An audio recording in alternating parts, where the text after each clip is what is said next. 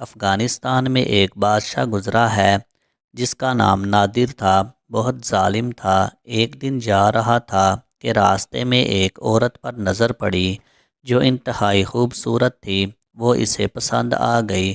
بادشاہ نے پوچھا، یہ عورت کون ہے؟ کسی نے کہا کہ ایک ترخان کی بیوی ہے۔ کہنے لگا، ترخان کو حاضر کرو۔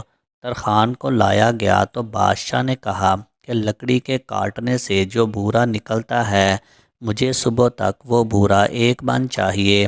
اگر نہ لا پائے تو اس کا سر قلم کر دیا جائے گا۔ بادشاہ کو ترخان کے قتل کا بہانہ چاہیے تھا۔ ترخان پریشان ہوا کہ یہ تو ناممکن ہے۔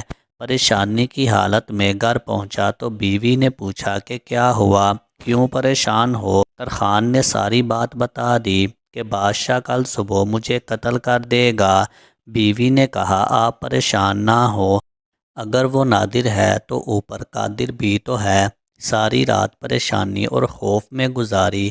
صبح ہوئی تو بادشاہ کے سپاہی آ گئے۔ وہ پریشانی کے عالم میں نکلا اور سپاہیوں سے کہنے لگا کہ بادشاہ مجھے معاف کرے گا یا قتل کرے گا؟ تو سپاہیوں نے کہا، اللہ کے بندے، ہمارے ساتھ جلدی جلدی چلو، رات کو بادشاہ کی موت ہوئی ہے۔